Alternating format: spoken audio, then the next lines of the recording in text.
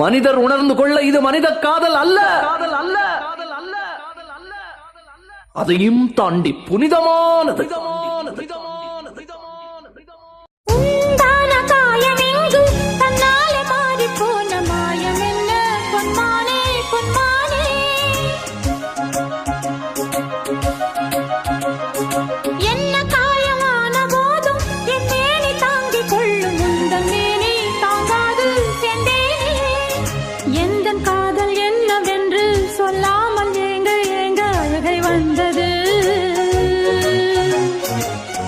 சோகம் உன்னை தாக்கும் என்றெண்ணும் போது வந்த அழுகை நின்றது.